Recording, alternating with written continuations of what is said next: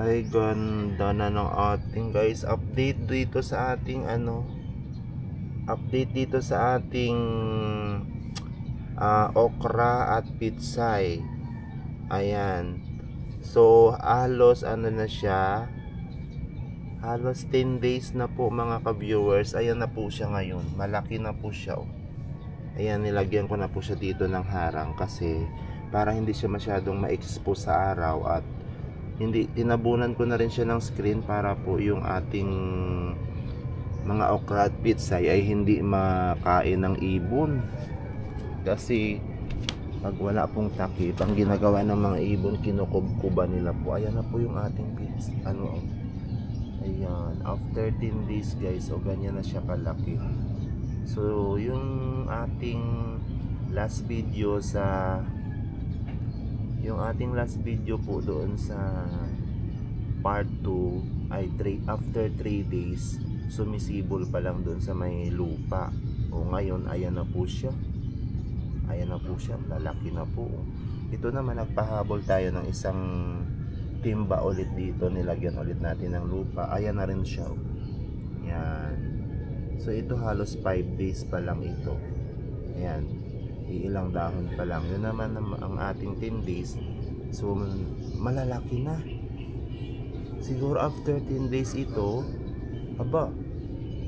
baka yan ay mamumunga, malaki na siya guys. Ayan. Yan, oh. Ayan po. Nilagyan namin ng screen para po yung mga ibon ay hindi pupunta. So dito naman tayo sa ating ating okra. So ayan na din po ang okra. Yung ating mga pitsay. Nung last time na nakita natin sa part 2, halos po ay nasa nakasayad pa sa lupa. Ngayon ayan na po siya, may mga dahon na rin po. Ayan po. Yan. May mga dahon na rin. O di ba nakakatawa guys? O di ba? Ayan po ang ating okra. Ang laki na. O di ba? Ay napakaganda ng ating tubo ng mga okra at ayan, pitsay. Iyon naman ay pahabol ko na, madami na rin tumubo. Ito nagpahabol ulit ako ng isang lagayan dito. Ayan yan. Ayan, itong marami na to, ililipat natin yan pag lumaki-laki na po. Ayan po, ang daming tumubo. So ayun po sila, yan, hili-hilera. Guys, 'di ba? Ang sabi nga nila, pag marunong ka lang dumiskarte, magtanim-tanim para po tayo ay mayroong gugulayin. Ayan na po. 'Di ba? Ayan na po. Yan. Lang dahil lang dito sa mga empty na mga luma ng mga planggana. Ayan, at saka yung old dispenser water na bote na tinanggalan lang natin ng upper part para ma-open yung pinakaibabaw. Ayan na po siya. Yan. So sa 1 and 2 videos natin sa part 1, part 2, na-discuss po natin kung paano tayo mag-provide ng lagayan. Dahil po ay tayo nasa syudad, wala po tayong mataniman ng lupa. Ayan po ang ginawa lang natin, DIY. para lang makapag-provide ng tataniman ng mga gulay at halaman. So di ba? So ay nako, siguro after 10 days, kagaya sabi ko, ayan ang okra, nakakatuwa, nagdadahon na po talaga siya. Ayan po, so ilang dahon na po yan. Ayan so na 1, 2, 3, maglilimang dahon na po siya. Di ba? Tips ulit, magtanim ng gulay sa mga empty mga lagayan na hindi nang ginagamit, para pagdating ng oras ay hindi na natin bibilhin ang ating mga gulay-gulay. 'Di ba? Oo, kasi ang mahal ng gulay po, bago tayo makaluto ng ating mga ulam, sinigang man yan, kung ano-ano man yan na may kasamang okra at pitsay, ginataan man yung tilapia, 'di ba? Magkano ang gagastusin mo muna bago ka magkaroon ng ulam na may gulay. 'Di ba mga ka-viewers? So ganyan lang po siya ginawa namin dyan. Yan. Dito lang yan sa ibabaw ng aming rooftop. Naglagay po kami dyan ng ganyan. Tingnan nyo po. Ganyan lang. Nasa ibabaw tayo ng rooftop. So sa mga hindi pa nakapanood ng part 1, part 2, ito na ang part 3. Malapit na. So pag nag-ano na po ito, pag nagkaroon na siya ng maraming dahon o ng maganda na yung pinaka mga talbos niya, i-update namin ulit kayo kung ano na ang magiging itsura niya. Siguro after 20 days ulit, no? Oo, kasi 10 days pa lang ito. So malamang bago mag-isang buwan, maha-harvest na po natin yung ating pitsay. At baka yung ating ano tawag dito, okra, namumunga na rin po siya. So ganun lang. Dito lang po yan sa ibabaw ng ating bahay na ayan po. Ayan. Di ba? So abangan ang susunod na part ng ating pitsay at okra. Ayan.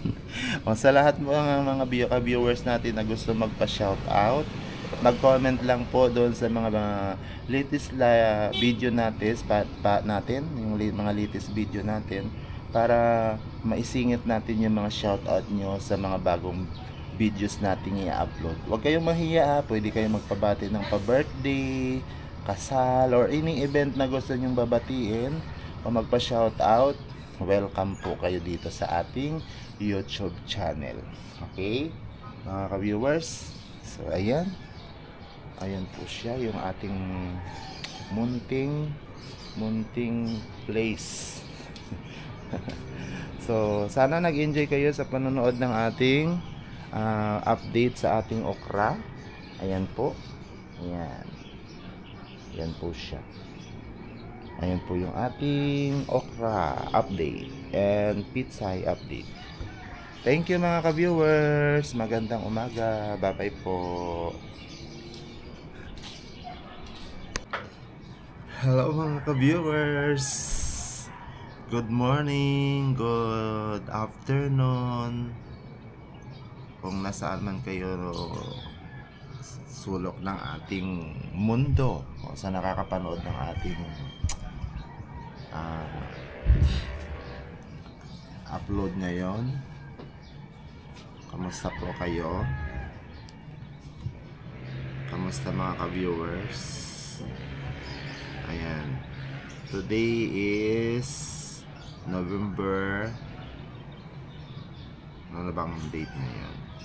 November 30 na mga ka-viewers. Grabe, ang bilis ng panahon. Ang bilis ng araw, no? Ayan. Anyway, bago tayo mag-start, please don't forget to subscribe po ha. I-subscribe na naman yung ating YouTube channel. Tapos wag niyong kalimutan na mag-like na rin po. Okay? Manood ng ating mga videos. Ayan po. Anyway, sa ngayong umaga po ay mayroon po kasi tayong mga ka-viewers na kahit pa paano may nanonood na rin po ng ating mga views, ng ating mga video na sumusubaybay ng ating mga ina-upload na mga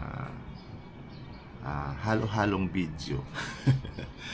So, salamat po doon sa mga nagbigay na ng mga subscribe nila, at saka sa mga magsa-subscribe pa lang. Welcome po kayo sa ating YouTube channel, ano. So, mayroon tayo mga ka-viewers na nakasubscribe sa atin na gustong magpa-shout out. So, bigyan na lang natin din sila ng talagang space dito sa ating YouTube channel na ma-shoutout natin sila. Para naman po matuwa sila, at siyempre para ano po na maibigay din natin yung ating taos-pusong pasasalamat sa kanila sa pagtsatsaga sa panonood ng ating mga videos dito sa ating YouTube channel, no? So hindi ko na patatagalin, isa-shoutout na po natin. Lima pa lang din naman sila yung nag-comment doon sa ating mga videos na gustong magpa-shoutout. Yung iba naman nag-PPM. So, i-ano po natin, i-shoutout natin sila. Ano? Ayan. Sana matutuwa kayo pag napanood nyo tong video natin. Ito na po, sinunod ko na po yung yung request po ninyo na isa-shoutout ko po kayo dito sa ating YouTube channel. So, umpisahan po natin kay Marites Ramos from saan po ito? From Manitoba, Canada. Ayan, shoutout sa iyo, Marites Ramos. Sana masaya ka na po, na shoutout na kita. Ayan, ingat po lagi dyan sa Canada. Ayan, si Cheryl Cross Benavides from Rojas City, Capiz. Ayan, shoutout sa iyo, madam. Tapos kay Madam Loida Agoncillo from Masbate City. Ayan. Tapos si Madam Chloe. Ayan, si Madam Chloe Santiago from taga Cavite lang siya. Taga Cavite lang pala si Madam. Magkapit bahay lang yata tayo. Salamat sa panonood. And last po ay si Rodel Francisco from California, USA. Wow. Kahit paano po may nanonood na sa atin sa ibang bansa, mga ka-viewers. So ayun po salamat po sa 5 viewers natin na nag-request na i-shoutout po kayo sa live sa ating YouTube channel. Maraming salamat din doon sa panonood. At saka sa mga gusto magpa-shoutout, ay huwag kayo mahiya. Mag-comment po kayo sa ating mga videos dyan para mailista po namin dito na kung sino-sino po kayo, para po sa susunod na video po natin ay mabigyan natin ulit ng space para doon sa mga shoutout ninyo. Pwede rin kayo magpabati ng mga birthday, kasal, or any events po na gusto nyo po. Mag-comment lang po kayo para po mabati natin po sila. Hindi naman po tayo sikat, hindi naman po tayong celebrity na magsa-shoutout ng inyong mga pamilya, pero wala naman po doon sa sikat ka o wala naman po doon sa kung sino kang tao. Ang importante na appreciate mo yung gusto na nire-request po ng ating mga ka-viewers. So yun lang naman po, wala namang no bashing na lang po mga ka-viewers, kasi unang-una for entertainment, para maaliw tayo sa ating mga ginagawa, pangtanggal ng stress. Yun lang naman po ang purpose natin dito sa ating YouTube channel, mapasaya, sumaya, di ba po? So maraming salamat ulit po doon sa mga nagpa-shoutout. Thank you talaga, maraming salamat po. Okay? So bye-bye po ulit. God bless you all.